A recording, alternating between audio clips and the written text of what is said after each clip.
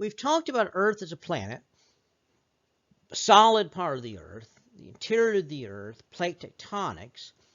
These are all things that make Earth Earth,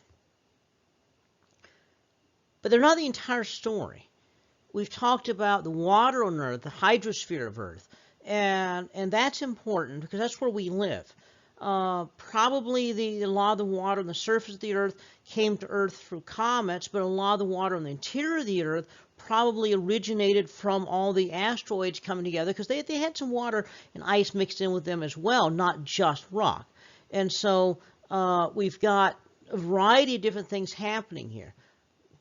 The thing that makes Earth really unique, besides the thin crust and plate tectonics, is the atmosphere. Our atmosphere is the part that we live in. We are creatures of the atmosphere. If we leave the planet, go into space, we have to take air with us. You don't have to take ground to sleep on. You don't have to take other sort of things. You can survive without water for a little bit. You don't survive without air for very long at all. And so we need the air. We are creatures of the atmosphere.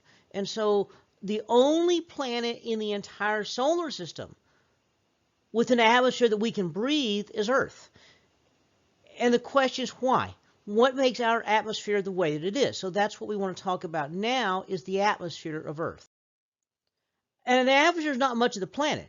Our planet is about 8,000 miles across. The air is only about 50 miles thick. It's a very thin layer on the surface of the planet. You take an ordinary classroom globe, and the atmosphere is about as thick as a piece of paper. So it is this incredibly tiny portion of the planet, and yet it's vital. So where do we find the edge of the atmosphere? It doesn't have a sharp edge. The atmosphere just gets thinner. The higher you go, the thinner the air gets. Even where the space station is orbiting Earth, there's a few air molecules. You get out thousands and thousands of miles from Earth, there's still a few air molecules.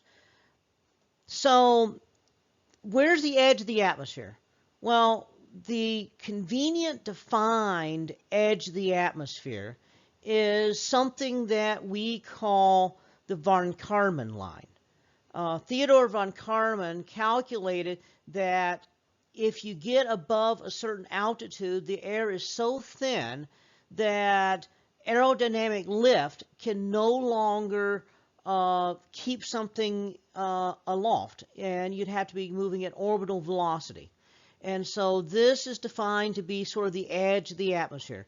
That if you can keep moving around the Earth, through aerodynamic lift, or if you have to be going orbital velocity to go around the Earth, the dividing line between the two, and he calculates that's close to about 89 or 90 kilometers above the surface of the Earth.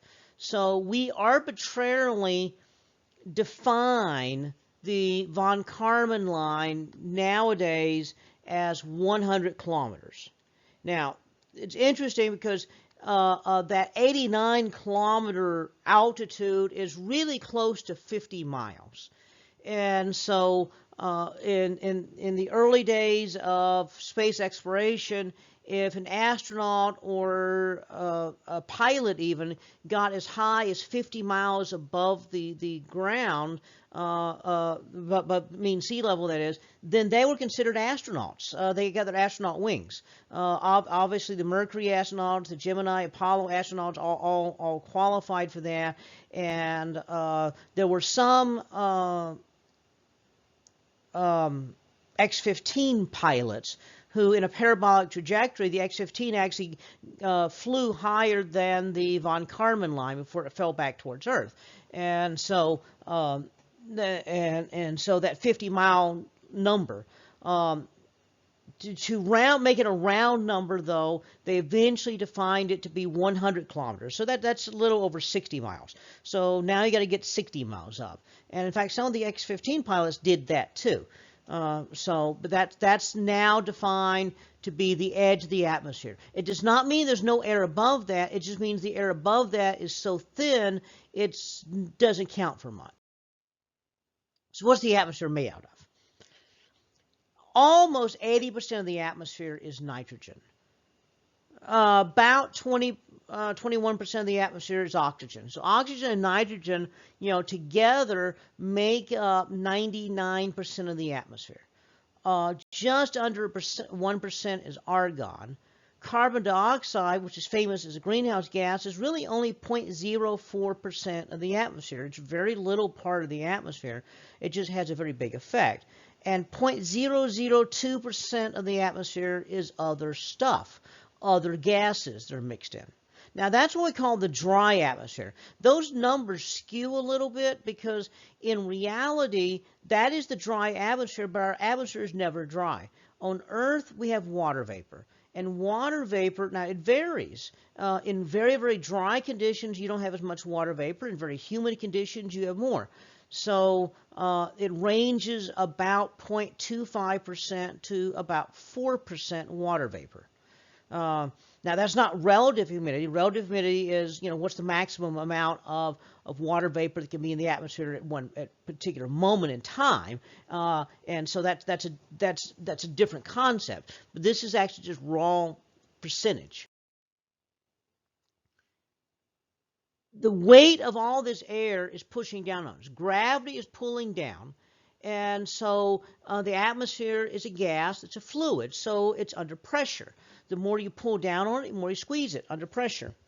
At sea level, that pressure is almost 15 pounds per square inch. That means about 15 pounds of force is on every square inch of your body. Now, you've got that amount of force pushing out as well, which is why that doesn't crush you, because you've got hundreds and hundreds of pounds of force squeezing you, and so squeezing your chest. I mean, there'd be no way to breathe if you didn't have that same force pushing out. Now, the higher you go, the less the pressure. By the time you get up to about 5.6 kilometers, that's 18,000 feet, the pressure is dropped by half. And so that means you only have half of the air. Now, that means that at that altitude, every breath you take has half of the oxygen. So instead of close to 20% oxygen, then it's about half of that. So you go up, another 5.6 kilometers. So that's going to be up to 36,000 feet. And you've dropped by half again. Now, that doesn't mean that you're down to zero. It means it's half of the half. So that means it's 25% atmospheric pressure. You go up another 18,000 feet. That's another 5.6 kilometers. So that point, you're like almost 20 kilometers up, and it's half of half of half. So it's 1/8 or 12.5% of the sea level pressure.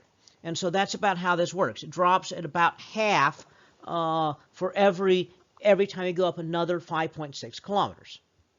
So it doesn't take very long up here. You get up to where you're a little over half of the atmosphere, and you start having neurological problems, hypoxia. You have trouble breathing because you're only getting half the amount of oxygen you would normally get, and so that makes it somewhat difficult. It's hard to think straight and so forth. You get up higher than that even, and it becomes very, very problematic. That when people start having various health issues at that point. So half of the atmosphere is below 5.6 kilometers. 90% of the Earth's atmosphere is below 16 kilometers from the surface. By the time you get up to this von Karman level, of our von Karman altitude, then 99.99997% of the atmosphere is below you. So only 0.00003% of the atmosphere is above you. And so that's why we say that that's basically space at that point.